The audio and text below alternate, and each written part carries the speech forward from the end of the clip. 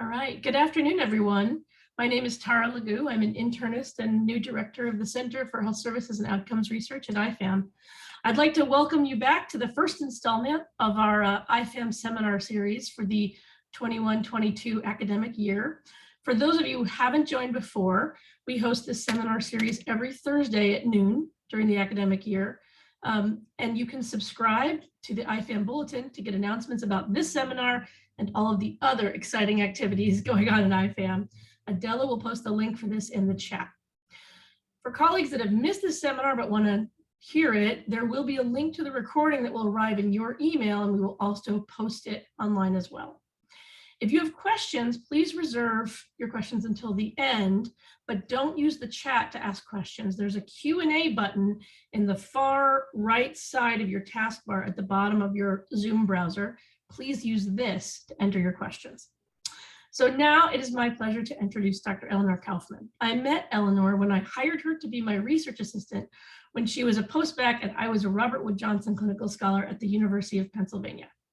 Dr. Kaufman's incredible organizational talents, awareness of the big picture, fantastic skill with knitting and handicrafts, and her ability to stay calm under all circumstances led me to immediately realize that she was going to be a surgeon.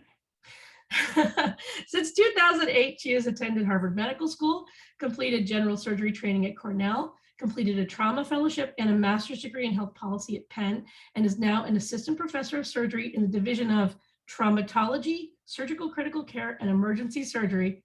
It's a lot of words, at Penn. She's also conducted a series of landmark studies on the epidemiology of firearm injury and the impact of state policy on injury outcomes. And then kind of most cool of all, she wrote a pleading op-ed for the New York Times in 2020 about the increase in violence during the COVID-19 pandemic in the city of Philadelphia that was widely read and actually was really relevant to the events going forward in 2020 after it occurred. So thank you for attending today, Elinore. Thank you for presenting. I'm so honored to introduce my good friend and colleague, Dr. Elinore Kaufman. Oh, thank you so much. It is an absolute pleasure to be with you. We almost got to do this in person, which would have been so cool, but we didn't quite. Even if we had done it in person, it probably would still have taken us until yesterday to realize that today is Yom Kippur. I am Jewish, but I'm from the kind of family where my grandfather had like this annual Yom Kippur date with his friend to eat ham and cheese sandwiches. So that's everything that you need to know about me. But nonetheless, I apologize for anyone who wasn't able to make it. And I'm very excited to talk with you. This is just the latest in really uncountable number of ways that Tara has supported me in my career, even though what she really should have done was tell me that I was going to be a surgeon instead of letting me take until like halfway through my 4th year of medical school to figure it out. But she's done enough other things that maybe it makes up for that. And all of you who have recruited her to your institution and get to work with her now, you are very fortunate. So without much more, I'm going to be talking about some general issues, challenges, and opportunities in firearm injury research. And I had this thing going where I could move my slides. Okay, good. I don't really have anything to disclose, but I am going to just put in a couple disclaimers. I'm going to talk mostly about interpersonal violence. I am a trauma surgeon, and that is mostly where my clinical focus is, although I'll touch on some other features as well. I'm not really going to talk about clinical care and the immense body of research and knowledge surrounding how to take care of gunshot wound victims, although I do that much of the time.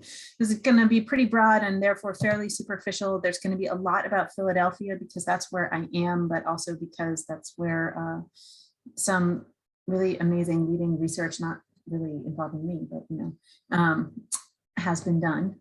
Although we certainly have a lot in common with you all in Chicago. So it's always a good time to talk about gun violence, and I do always have the slide here. So I think that the what might be considered to be the most recent mass shooting in the United States happened in your backyard in Chicago. Although I was certainly not happy to see this. In no way was I happy to see this, except in one way, which is that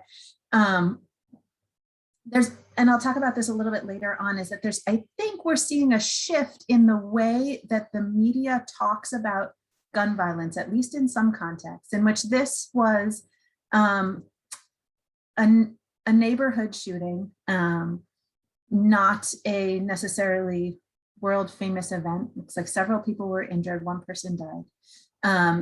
And I think it's actually helpful to see those events that happen much more often characterized as a mass shooting and kind of garnering some of maybe the sympathy and energy that these more high profile events do. I don't know. I'll talk a little bit more about that, I think later on. But this is kind of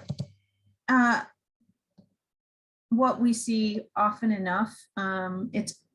This is from pretty arbitrarily chosen weekend, and I've maybe a year or something ago. And this is our trauma alerts to our trauma bay here at Penn. And sometimes you get these alerts and you're like, is this the same patient? And they're just, they just paged it out twice, but helpfully, whoever the page operator was, put in, no, it's number 2, no, number 3, no, number 4, no, number 5. No, this is actually number 6. That was one chunk. And then of course we had some others scattered throughout the weekend.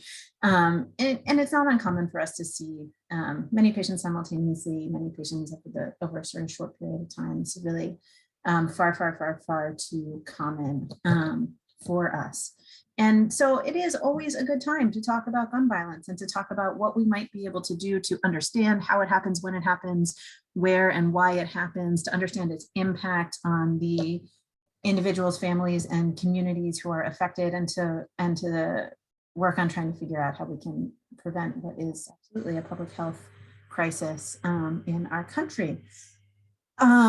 Along with that, I'm going to be issuing a number of complaints that I have. Talk about some things that we know, a lot of things that I wish we knew, but that we don't know nearly enough about. I do think there are lots of reasons to be hopeful about not only firearm injury research and the opportunities in the field, but also about firearm injury itself and ways that we may be able to help patients and prevent patients from becoming patients, or prevent humans from becoming patients. And I know that there's, you have a multidisciplinary and wide-ranging research center, and without being there and having the opportunity to meet all of you, I do not have any sense of how familiar people are with this issue or with the background information. So forgive me if what I'm saying is too basic. I'll try to mix it up. But here's one thing that I think we mostly know, which is that there are nearly 40,000 firearm deaths per year in the United States. And this pie chart kind of breaks them up by mechanism. So, or by intent. And you can take a second and think about what you think the big piece of the pie is going to be. And then hopefully I'll get the animation to work and it'll tell you that it's suicide, right? So 2/3 of firearm deaths that happen in this country every year are suicides. About almost the additional 1/3 are homicides. And then unintentional shootings are a couple percent. Those other 2 little bits there are police-involved shootings and the category of undetermined, well, we don't know what it is. I will talk a little bit more about this biggest and extremely important category, but it is something that I rarely interact with clinically, and a little bit less of my personal main area of interest, although incredibly important. Most of what I'm going to be talking about is in sort of the dark orange and a little bit of the lighter orange and yellow.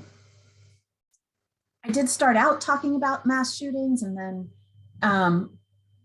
those don't really appear on that pie chart. And they do take up sort of an outsized portion of our national attention, I would say. Not that they aren't important, not that they aren't tragic, not that they aren't emergently too common. but I am really interested in sort of the way that people perceive this epidemic. And I do think that that's important for how we think about prevention and what kind of programming and policy gains our support and what doesn't. So in this survey, which I thought was from Pew, but now that I'm looking at it, maybe it's not, from the APM Research Lab, about 25% of Americans who were surveyed believe that mass shootings where 4 or more people are killed in one incident, right, were the most common form of firearm violence. And this is more of the reality. Those 4 or more shootings are that tiny little percent right at the top there. The vast majority of homicides are 1 person at a time, a few more that are 2 or 3. But then I'm going to go back to what I said at the beginning and say that, yes, that's true.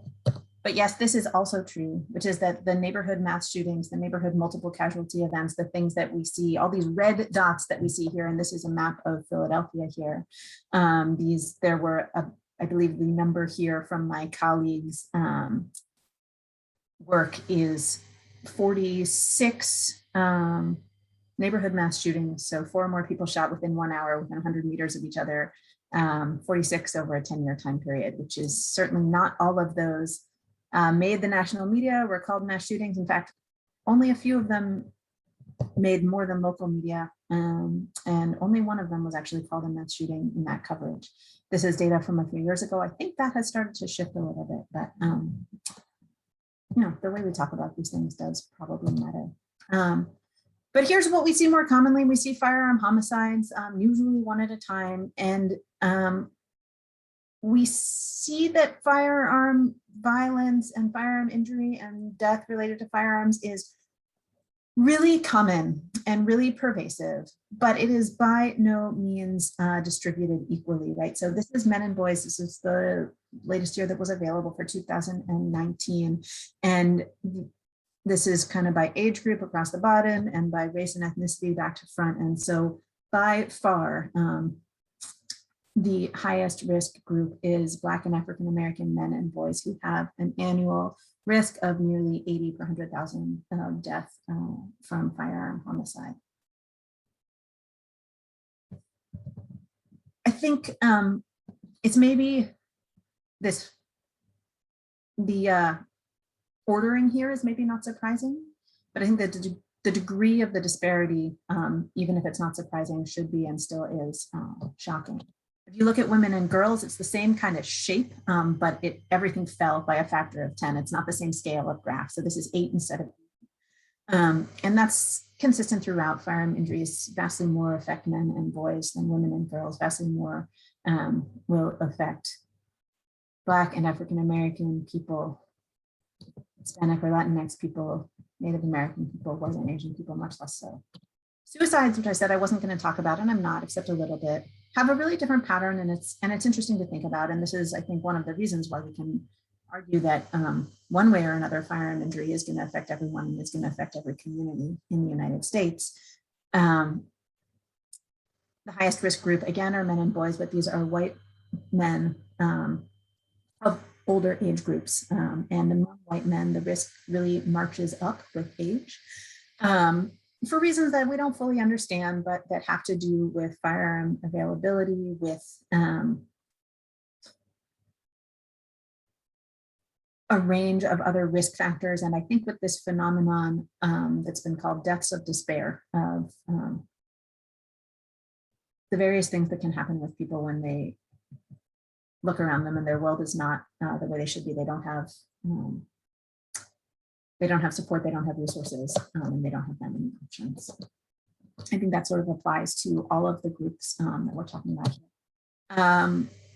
Again, a little bit of a different shape when we're looking at women, and very strikingly different pattern among Native Americans as well. So we know something about deaths from firearms, and we know, unfortunately, I think we know that both suicide and homicide, after a pretty good period of decline, particularly for homicide through the 90s, have started to increase again in the last few years. This graph ends in 2017, but it's going to continue to look worse.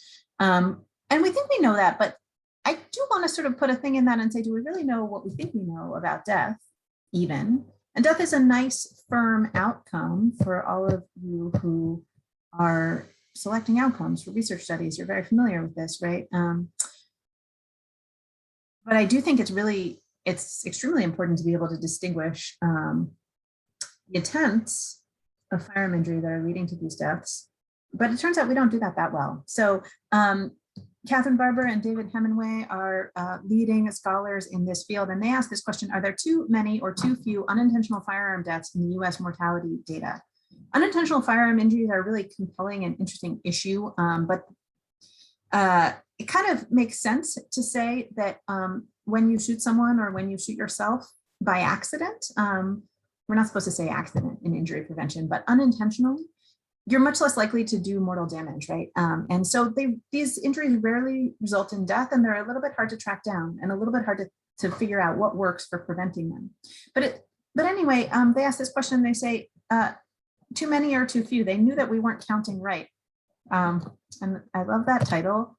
And so they went and they compared. So, and that's another thing that I'm going to kind of do throughout this is talk about data sources and complain about them and everything that's wrong with them.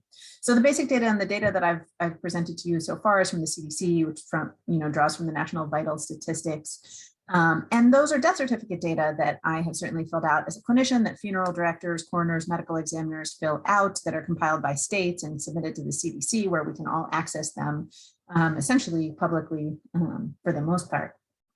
In this study, they compared this to the National Violent Death Reporting System, which is a very different system. It does use death certificate data along with law enforcement data, along with health care data, and has trained abstractors who do this. They investigate cases to try to assign a more specific and detailed cause and process of death, which is a great system. The downsides of the NVDRS are that obviously this is labor intensive and therefore it's costly. It's called national, but that's a little bit of a misnomer. I believe that this study used data from the first 16 states, which were the only 16 states that participated for quite a while. It has been gradually expanding, and I think over the last couple of years has officially reached 50 states, but is not really at full capacity in all those 50 states. So it's a great system where you have it, but it's certainly not providing us with like longitudinal data over decades the way we would like it to. Anyway, this is what they found. They found both. And I love this study for this reason. So if you were just looking at the total number of unintentional deaths, you'd get pretty much the right number. However, you'd also be wrong, because 40% of the cases of unintentional death were false positives, and 40%, anyway, it's 40% on both sides is what I'm saying. Some 40% that should have been reported weren't, 40% that were reported shouldn't have. And so if you get the totals, you're kind of right. But if you wanted to like look into the details of who these people are and what happened to them, you would find some pretty misleading findings. And unfortunately, misleading findings are going to be a theme here and a probably a ongoing thorn inside of firearm injury research for a while. But Dr. Barber and Dr. Hemingway are certainly leaders in the field of firearm research, and also leaders in the way of thinking, in this way of thinking in a smart and detailed way about your data sources and about your analysis and about whether you really know what you know. And they have followed that up with an example where this is maybe even more important and maybe even more true, looking at homicides by police. These are relatively rare events, rare enough that they're a little bit difficult to track down in data, but incredibly important, right, for our society, for our social policy, for the way that our society functions. It might really be important to know how often police are killing civilians and in what circumstances and who, right? And we don't have good data on that. We don't have good data on that at all. So in this study, they compared the National Vital Statistics, so the death certificate data, to the NVDRS. And they did an extra step where they went back themselves and confirmed the NVDRS reports. And over this time period that they're looking at, they had 1,500 deaths that they confirmed. The NVDRS captured most of them. The National Vital Statistics not much more than half, right? And then a fourth data source that's going to come up again here is the FBI uniform crime reports and supplementary homicide reports. It's, firearm injury is very sort of interdisciplinary phenomenon and very structurally determined phenomenon, and has, oftentimes if somebody is injured or killed with a bullet, a crime was involved, right? So there may be crime reports that are of interest, are useful for data collection and analysis, but maybe not so much in this case. And you can imagine things that might go wrong in the data collection in all these different data sources, right? So then they did another thing here, because as I mentioned, right, so police-involved killings, civilians who are killed by police are of great public interest and have, I'm not the only person, and Dr. Barber and her team are not the only people who have noticed that there's no good data on this. This has actually been a public concern. So there have been a number of open source data collection projects on this topic. And in this study, their team went back and compared the NVDRS to a set of 5 open source data collection projects. And this is one of the only positive things I'm going to say about a data source, I guess. This is actually quite reassuring. They found in total 404 cases that appeared and was verified in one of these sources, and almost all of them are in the NVDRS, are in our official data source, in our official, almost national, sort of longitudinal data source. There were 11 that the NVDRS missed. There were 3 that the open source sources missed, but I think this is like the kind of proportion that I can live with. Obviously, there could be other events that none of these counted, right? And you can imagine a system in which you prospectively collected this information and aimed for completeness. Anyway, that's what we know about death, and some things that we don't know about death. And this is that same pie chart that I showed you at the beginning. The thing that I think about, and the thing that I try to make happen in my clinical life all the time, is not death, right? It's non-fatal injury.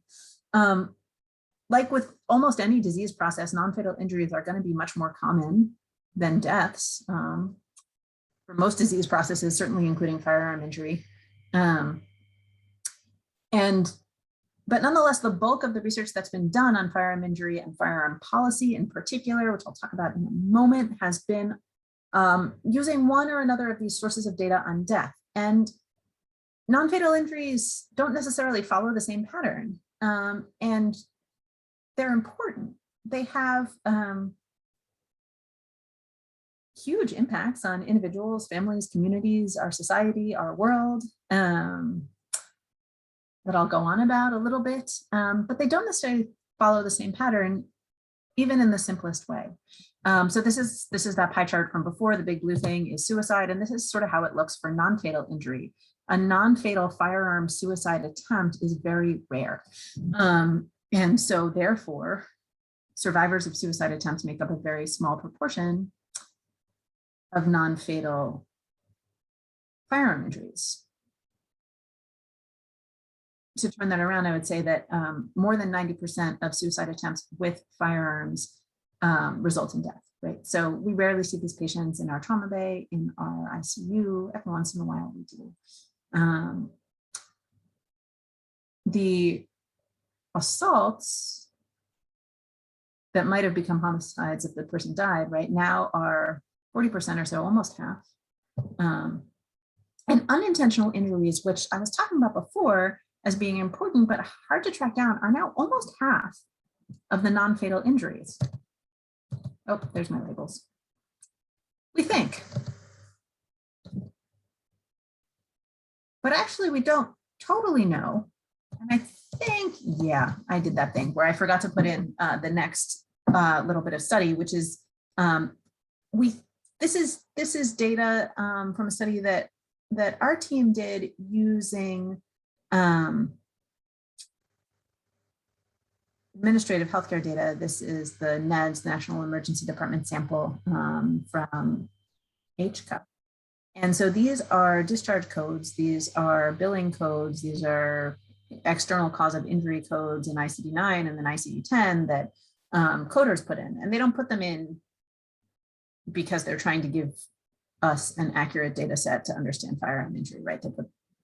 And so there's any number of reasons why that information might not be particularly accurate. I would argue, based on nothing, but I would argue that they're probably going to most of the time accurately record if somebody has a gunshot wound injury or not, but are they going to accurately record the intent? I don't know. I mean, I do know, not always. So unless I lost this slide and it appears later in the slide deck, then it's missing. But there's kind of a similar phenomenon with the unintentional injuries and the assaults that was found in the deaths, in which there's some are misclassified one way or another. If one person is trying to shoot a gun, right? Like, so that was intentional and they're trying to hit a person, but another person is what is colloquially called caught in the crossfire, right? Or hit by a stray bullet, or was not the intended target. Is that an unintentional shooting? I mean, I don't think so, right? Like, I don't think that from a public health standpoint, if you're thinking about prevention, that's not an unintentional shooting, but sometimes they are classified that way. And so for sure, that blue thing is slim. That's pretty well verified. But between the orange and the yellow, there may be quite a bit of back and forth, and that's important, important and unanswered. So where can we look for answers to things like this? Well, I spent a lot of time looking at trauma registry data, which is clinical data points collected by trained abstractors that we pay to do this job, and they're very familiar with the records and get really excellent clinical data, but it really only includes patients who are treated at participating centers. There are designated trauma centers in every state around the country. Most are nationally verified by the American College of Surgeons. In Pennsylvania, we have our own state system, but in any event, it's a small sample of hospitals. And more than 30% of firearm injured patients don't go to trauma centers. They're treated at non-trauma center hospitals. Even if they are treated at a trauma center, they have to meet registry criteria, which basically means they have to be severely enough injured. And yeah, on the one hand, in some contexts, that's what we care about, are people with severe injuries, but not in all contexts, because what is the difference between a severe and a non-severe injury, right? Like oftentimes it's millimeters of luck.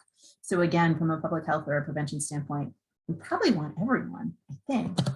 And so here we looked at another data source and we compared our registry data to police data. Police data is pretty interesting. So this is not quite the same as crime reports, but in Philadelphia, the police track and make public every shooting. And we think it's pretty good data. I don't know. So here we compared it to our trauma registry, and Philadelphia also has a ton, way too many probably, verified trauma centers. So almost all of the patients who did go to the hospital went to a trauma center. So we captured those in our registry data, which are the shorter bars in this bar graph, or the bottom line in this wiggly line. But they get excluded from the registry if they're discharged from the ED, usually. And then also, most people survive. So more than twice as many people who are shot survive than die. But if they do die, almost all the deaths occur pre-hospital, which again, that's my goal, right? But those people are never going to make it into a trauma registry or clinical data set. So not a perfect solution there either. And that leaves us with sort of like a basic question about like how fatal are gunshot wounds? So I said more than twice as many people survive than die, and that's true of assault pretty much in general, but how fatal are gunshot wounds? Is that changing over time? Are people like me getting any better at our jobs? Are pre-hospital care getting any better? Are firearms getting more hazardous, less hazardous? Are people shooting better? Whatever that means. I shouldn't really say shooting better or worse, or, you know, like there's a number of things that could go into that. And this is kind of another interesting to me, maybe interesting to you, story about data. So the CDC provides us all that death certificate data. They also do collect some non-fatal injury data. They collect it from a system called the National Electronic Injury Surveillance System, which is a collaboration with the Consumer Product Safety Administration. And it's kind of geared toward consumer product safety. So if you want to do if you want to look up, like, you want to know if you should buy your children a trampoline, you want to like look up how many are trampolines really as dangerous as you think. Like the NICE is a great place to look for that. And they do have a little bit of a subset on firearm injuries. And this was a paper that was published saying rates of fatal gun injuries were stable over this time period, but they found, or they thought they found, more on that in a second, that rates of non-fatal injury were going up. And so they say the declining lethality of gunshot injuries masks the rising epidemic of gun violence in the United States. But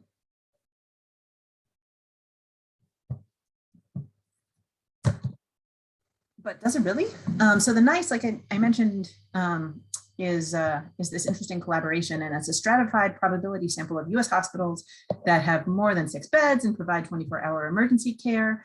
They provide a limited data set published publicly through the CDC and WISCARS. There's a larger data set that you have to request. It's got this whole sampling strategy, and each sample weight represents the universe of the inverse, of the probability of the selection of the case, that's sort of how a weighted sample is done. So the more rare a case is, may be weighted more heavily. And this is a fact from 2012, in which the average weight for an assault case was around 25, which is a lot of weight. So that one case is representing 25 supposed cases that happen. And there are some concerns. So that previous study that I mentioned, it really made Phil Cook mad. And Phil Cook is another one of the really leading scholars in firearm injury research for decades. And never make Phil Cook mad with your research. Such a bad idea. But their team had this question, is like, is that really true? How reliable is this NICE data? And they suspected that it wasn't. And again, this is like about how people do smart and careful research and figure stuff out, or at least figure out that we don't know stuff. So several hospitals that withdrew from the sample were replaced with other hospitals. Okay, that makes sense. If your sample changes, you replace hospitals, but they were replaced with hospitals that had far more gunshot assaults. And then also over the time period that they're looking at, there was a strong downward trend in the number of cases that were classified as unknown circumstance. So presumably something that might have been classified as unknown in whatever that was, 2002, was then classified as, we don't know what, an assault or self-injury or whatever, and it's better to have them be known, but it does sort of change your proportions. And so they did this cool study where they adjusted for the hospital replacement by just acting as if the hospital wasn't replaced and sort of imputing forward the old hospital's numbers. And they also adjusted for that unknown issue. And basically, I think did a pretty good job of debunking that previous study that I showed you, where they have the unadjusted case fatality rate that was reported in the previous study going down over this decade from 25% death rate down to 18%, which again would be great if it were true, but I think they conclude pretty thoroughly that it's not. So the NICE, good for trampolines, not so good for firearm injuries.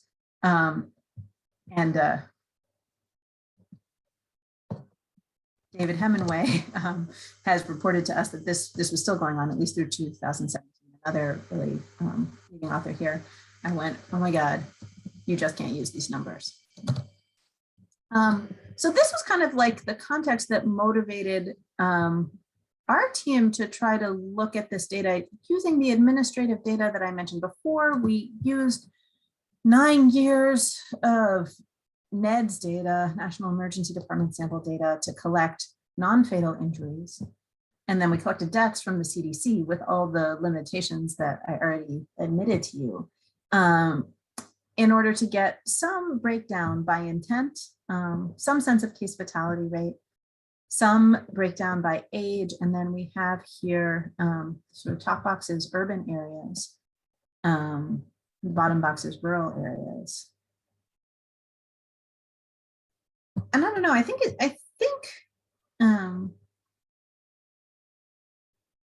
it's useful to see.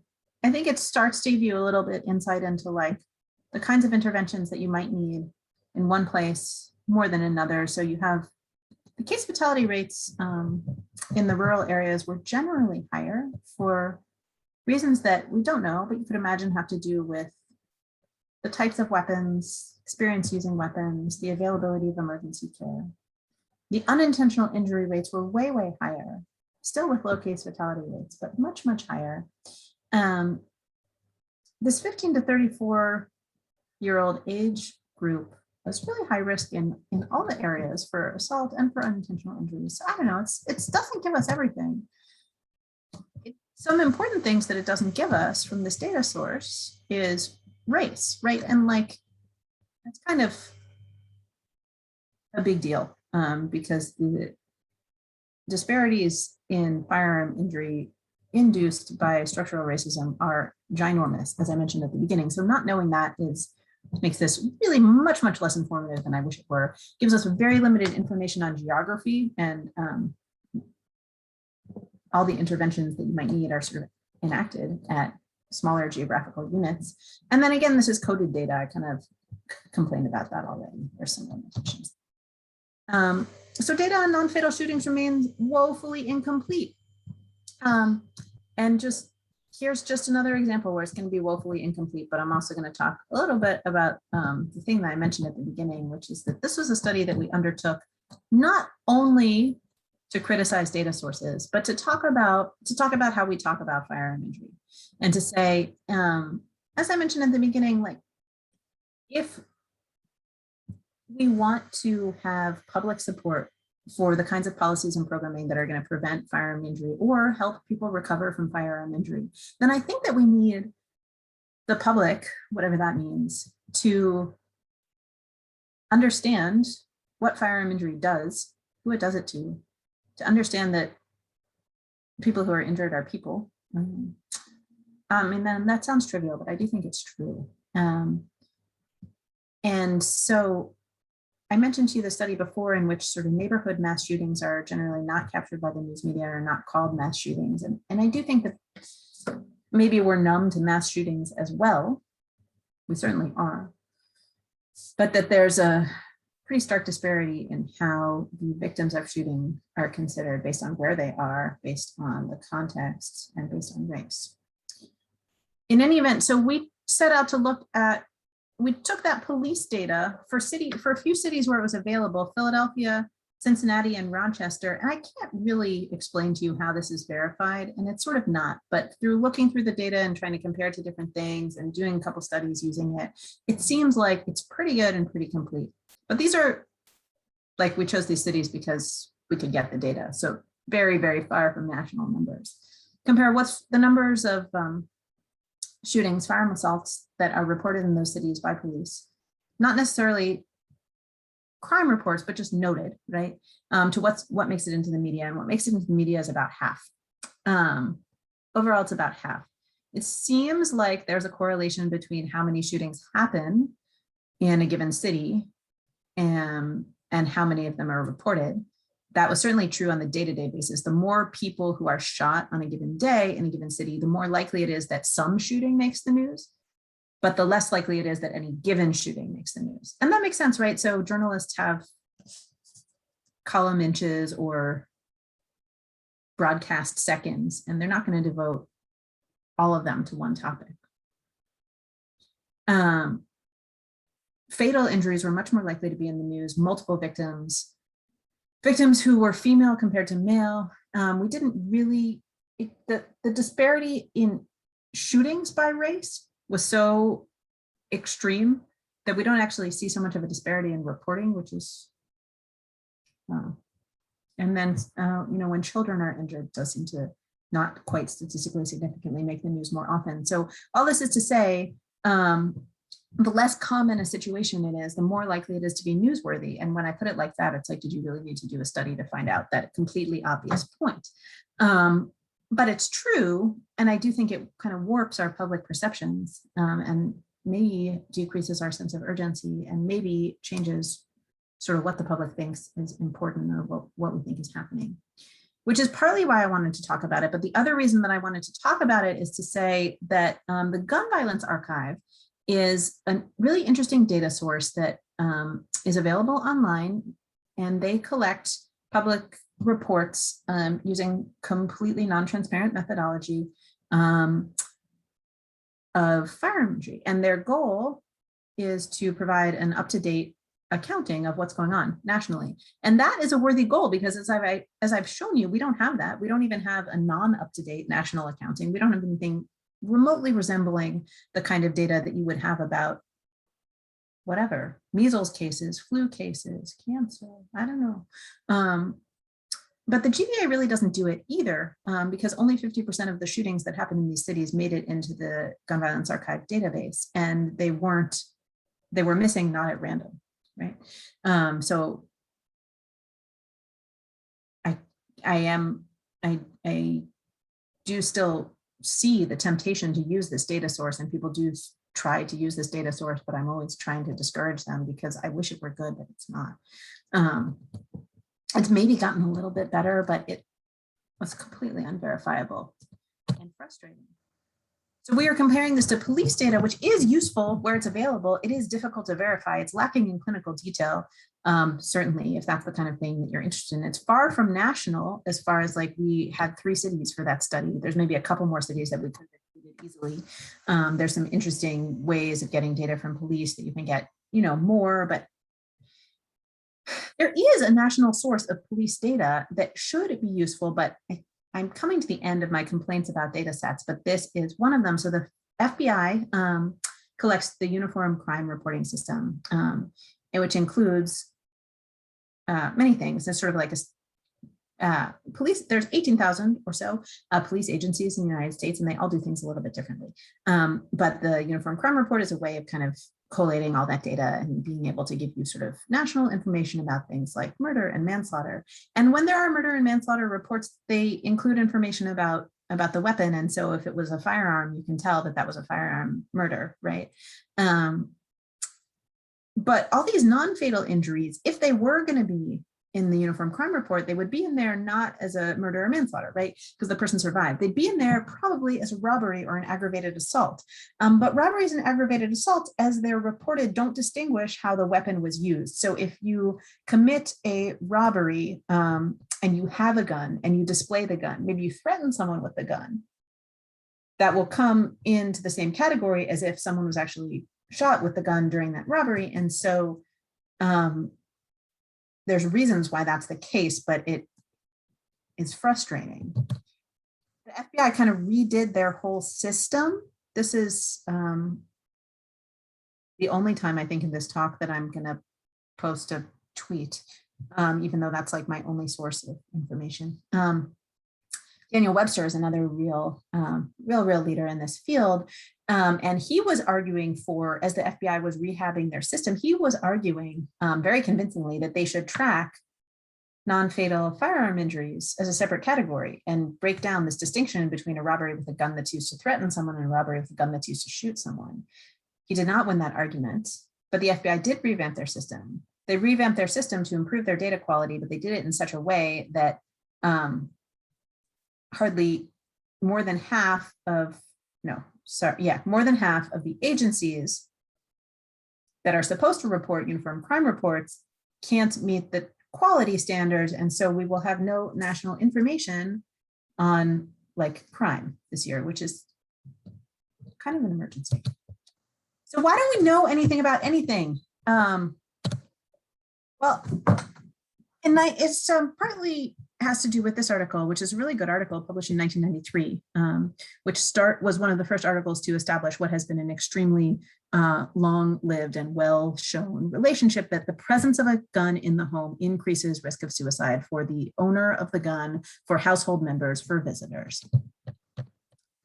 But this paper this research was supported by the Centers for Disease Control and came to the attention of the National Rifle Association and to the attention of Jay Dickey, Republican of Arkansas, who sponsored the Dickey Amendment to the federal budget in 1996, which prohibited the CDC from using funding to advocate or promote gun control. They tried to defund the Injury Prevention Center at the CDC. They did not do that, but they did sort of reallocate the amount of money that was used to talk about firearms, to talk about traumatic brain injury, which is a super important topic. But what's interesting about this, right, is that it doesn't actually prohibit research on firearm injury, but it absolutely cast a pall on the CDC to say, like, we don't want to fund a study that might somehow be interpreted as advocacy because we're going to get our funding pulled, right? And it cast a pall on a couple of decades of research and researchers who were like, this is not a field where I can build a career. This is not a field where I can get support for research. There have been a few of these sort of leading lights that I've mentioned persisting, but this is one of the reasons why we've gotten way, way, way behind. The NIH was not really included in this, but then this was expanded to them in 2011 after an article by a mentor of mine found very similar responses. There's also all kinds of restrictions on state data sources for firearms and firearm information. And I will just also say at the same time that we know very, very little about the firearms themselves, which is only partly related, but it is partly related to the TART amendment. I actually don't know how you pronounce that. It might be TART from 2003, which bans the ATF from sharing trace data. So when a gun is recovered in crime, it bans the ATF from telling people like researchers where that gun came from. You can still use it in criminal prosecutions, but you actually are not even allowed to use it in civil suits. They also can't require dealers to inspect their firearm inventories, like to see if guns are missing. And the FBI does do background checks for firearm purchasers, but like you can't share that data either. So we don't.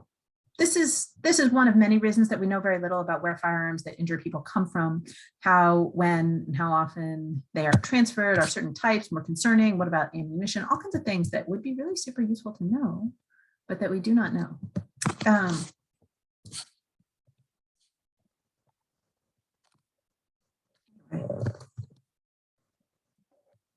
So it's always good to, like I said, it's always good to continue to complain. So this is a graph of diseases, how many people they kill and how much funding they get.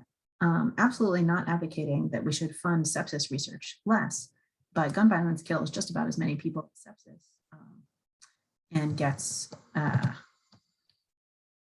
would have been predicted to get about $1.4 billion in funding over this time period if it were sitting on the regression line, but actually got 22 million. And the rate of publications kind of parallels that, and it's not surprising. So the rate of funding is about 1.something% of what would have been expected, and the rate of publication is better than that. It's like 4% of what would have been expected. So we're behind, but injuries are continuing to increase. And I think probably many people have heard and have noticed, and those of you in Chicago have certainly heard and have noticed that things have been worse since the start of the COVID-19 pandemic. So in 2020, and then certainly continuing into 2021, at least here, the injuries and deaths are both up compared to prior years. These are cities, and Chicago, where you are, and Philadelphia, where I am, we're both sitting at the top of places where murders increased dramatically in 2020 compared to previous years, but they increased around the country. This is us again using police data to try to look at this, and we see a very, I would say, a pretty sharp and convincing cutoff or increase around the beginning of the pandemic. Oh my gosh, I am so incredibly behind on what I wanted to say, which I sort of knew was going to happen, but I'm going to take a couple more minutes to talk about some good things that might be good before letting you ask questions, so that not everything that I say is super depressing. And I'm going to skip that, but I'm going to say that the impact of firearm injury is deep and it's wide, and affects individuals' physical health, of course, their mental health. Depression and PTSD is present in half of firearm injured patients up to several years after injury. The social and economic impacts are huge. People who are injured are at risk for violence perpetration, criminal justice involvement, the sense of loss and the sense of fear, the risk of intensive policing, and recurrent violence and trauma are all sort of motivations here. This is a study from some colleagues of mine. And these are self-reported and patient-reported outcomes. And these are sort of the percent of people who are worse than population norms across these wide range of outcomes. It's also expensive, especially when people die. And it's hospital costs, it's criminal justice costs, it's long-term medical care costs. And it's a public health problem. And this is a social ecological model sort of thing, just to say there's individual risk factors and individual interventions. Interventions and risk factors at the level of the relationship, the community, and the society. I know. And starting back from the top end to say at this level of society, this is a redlining map of Philadelphia, just literal redlining, places where you could or could not get loans for housing, lining up really, really much too well with violent crime rates to this.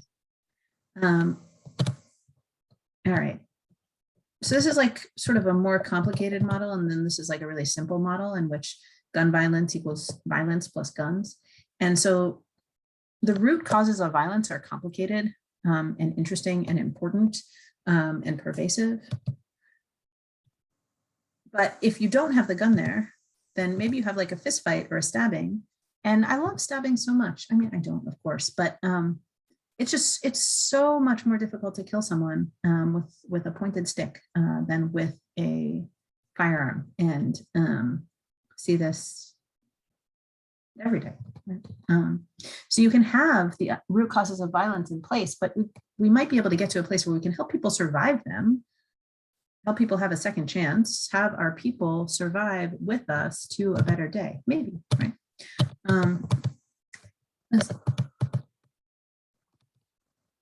So, oh my gosh, really, really, really important stuff that I'm skipping. This is an American problem.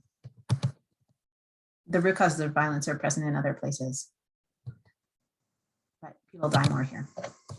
Having a gun in the home is not a neutral factor. It is an important thing for people who have many reasons for owning firearms, who have a military identity, a sporting identity, who are collectors, but the majority of people who have guns say that they have them for protection.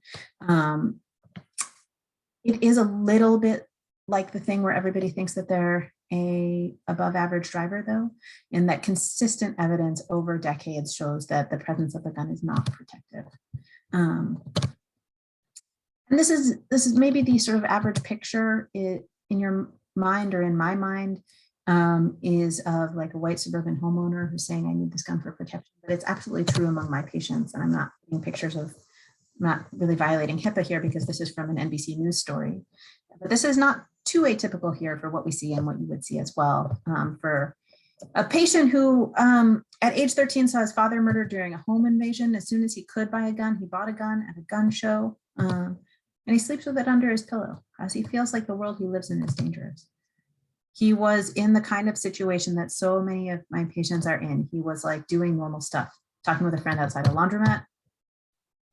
Some people approached, I could just tell they were robbing me. He pulls out his gun, tries to shoot, gets shot instead. And his life has changed, right? It doesn't, it's not at all uncommon. Oh my gosh. Does it have to be this way? Probably not.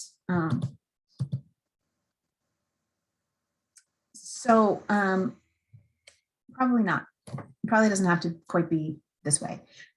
There have been, like I said, we're behind on the research and the things that we should know, but we do know some things. We do know that there are a range of policies that may be effective for reducing risk of suicide, including child access prevention laws, waiting periods to purchase guns. Suicidality is a very fleeting impulse. And so anything that separates a person from a deadly weapon can be very, very effective. People who survive a suicide attempt, 90% of them don't go on to die by suicide later. So that separation really is key. You can probably decrease homicide and violent crime with some similar mechanisms, background checks, licensing and permitting, just making it a little bit harder, a little more expensive to acquire a deadly weapon. On the other side of things, there are certain policies in place that include concealed carry laws that allow people to have firearms in public places more and more commonly. have been shown to be associated with increases in homicide and violent crime, as have stand your ground laws, which remove the duty to retreat when a person feels threatened. I just put my column over here for non-fatal injury to say, like, as I've mentioned, this is the thing that's of most concern to me a lot of the time, but we know essentially nothing about how firearm policy impacts non-fatal injury. This is some research that we did, because all of these laws are enacted at the state level in this country. And then sort of a limitation on that is that states are near each other. And this is a map from the New York Times looking at how firearms travel from one state to another. We spent some time doing this research and kind of looking at what the impact of your neighbors might be. And it was actually opposite from what I expected, but in an interesting way. So that if you are living in a state where the firearm laws are weak, if your neighbors have stronger laws, that's actually a little bit protective for you, which I thought was kind of cool. And then my colleague Chris Morrison did this much more sophisticated version of this study that is so incredibly cool, and I completely do not understand the methodology at all. But looking at this longitudinally, and it's very similar findings in that, like, passing each additional law that you might pass that is protected in your own state is helpful, but each additional law that your neighbors pass is protected as well. Very cool. But what about the violence part? No, really, I'm going to stop, but there's just so much amazing work that can be done by colleagues, including Charlie Brennis and Gina South here at Penn, among, well, Charlie's not here anymore, he's at Columbia, but among others, looking at the really far upstream contributors, not so much to the gun part of the guns plus violence, but to the violence part. So this is a sort of extensive program here in Philadelphia to green vacant lots. So it's not like the hugest thing, but it's turning a potentially trash-filled lot into a little mini park, and it works. It decreases people's perception of crime, their safety concerns. It decreases all crimes, and it decreases gun assaults. It works better in neighborhoods that are below the poverty line, which is exactly where you would want it to work better. It's a relatively small change, but what I think is really important about it is there's no displacement effect. It's not like that lot was where these assaults were happening and then people go around the corner. It's some more pervasive effect, which is just so interesting and cool. The same thing happens if you rehab dilapidated buildings, if you provide city money for home repair. And I gotta stop. So I have all this other stuff about things we can do, and maybe if you have a question about them, I'll bring something up. But I am gonna stop and say that this is a great time to be involved in firearm injury research. There's a lot we don't know. The need is great. The science is advancing quickly. There's interventions with huge potential. And even Mr. Dickey, who came around, and his wife, along with the former director of the CDC Injury Center, kind of collaborated to remove that restriction and to restore some of the sort of missing funding to the CDC in the last couple of years. So plenty of reasons to be hopeful and plenty of work to be done. And I really am going to stop talking and see if you have any questions. Thank you so much. I think we're right at the hour. So just in the interest of time, I'm going to ask my one question, which is, with all the difficulties with the data, obviously an ideal world is one where there's not firearm associated injury, but if you had goals around how to collect this data, how to best collect this data, if the CDC now has the ability, what would you do? To collect better data? Yeah. So I think there's a lot to be done by making the most of what we have, and facilitating institutions and different sectors to share the data that they're collecting in siloed ways. There are sort of dumb stuff, I would say, like in the Uniform Crime Report, where the information is right there. It just needs a little bit. But then there's also, like, we know every single case of measles. There aren't nearly as many cases of measles, but we have the ability to make something that we consider a public health priority, a reporting priority as well. And that would require money for people to count and pay attention. But I'd love for that.